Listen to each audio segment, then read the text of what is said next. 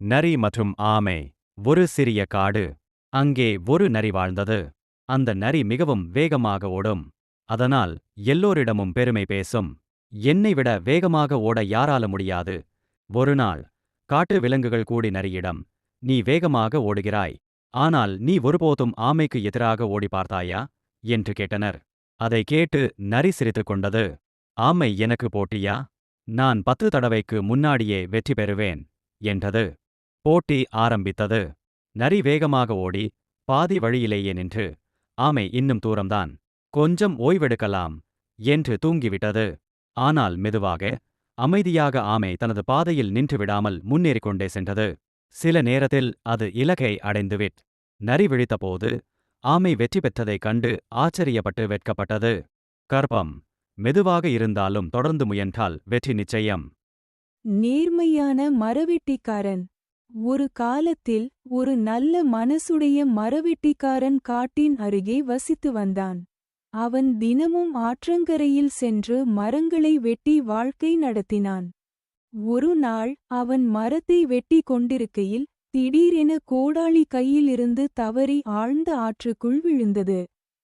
மரவெட்டிக்காரன் மிகவும் கவலையில் அமர்ந்தான். ஏனெனில் அந்த கோடாளிதான் அவன் வாழ்க்கைக்கு ஆதாரம்.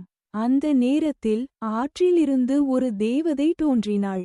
அவள் ஒரு பொன்னான கோடாளியை காட்டி, இது உன் கோடாளியா என்று கேட்டாள். மரவெட்டிக்காரன் உடனே, இல்லை, அது என்னுடையது அல்ல என்று சொன்னான். பிறகு தேவதை ஒரு வெள்ளி கோடாளியை காட்டினாள். மரவெட்டிக்காரன் மீண்டும், இல்லை, அதுவும் என்னுடையது அல்ல என்று சொன்னான். இறுதியாக தேவதை அவனுடைய பழைய இரும்பு கோடாளியை எடுத்து காட்டினாள். மரவெட்டிக்காரன் மகிழ்ச்சியுடன், ஆமாம், அதுதான் என் கோடாளி என்று சொன்னான். தேவதை அவன் நேர்மையை பார்த்து மகிழ்ந்து அவனுக்கு இரும்பு கோடாளி மட்டும் அல்லாமல் பொன் மற்றும் வெள்ளி கோடாளிகளையும் பரிசாக கொடுத்தாள். மரவெட்டிக்காரன் மகிழ்ச்சியுடன் வீடு திரும்பி நேர்மை எப்போதும் பலன் தரும் என்பதை உணர்ந்தான். பாடம்: நேர்மைதான் சிறந்த கொள்கை. ஒரு நாள் கடும் வெயிலில் பசித்த நரி ஓடிக்கொண்டிருந்தது. திடீரென ஒரு தோட்டத்தில் பழுத்த திராட்சை கொத்து கண்ணில் பட்டது. அந்த திராட்சைகள் மிகவும் சுவையாகவும் பளபளப்பாகவும் இருந்தன. நரி தாகத்தாலும் பசித்தாலும் மிகவும் ஆர்வமாகினான். இந்த திராட்சை என் வயிற்றை நிறைக்கலாம் என்று எண்ணினான்.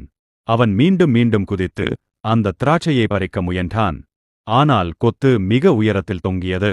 பலமுறை முயன்றும் அவனுக்கு கிடைக்கவில்லை. கடைசியில் அவன் சோர்ந்து போனான்.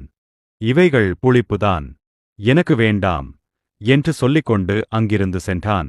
பாடம்: அடைய முடியாததை தவறாக கூறி விட்டுவிடக்கூடாது. முயற்சி சாத்தியமில்லை எனில் ஒப்புக்கொள்வது நல்லது.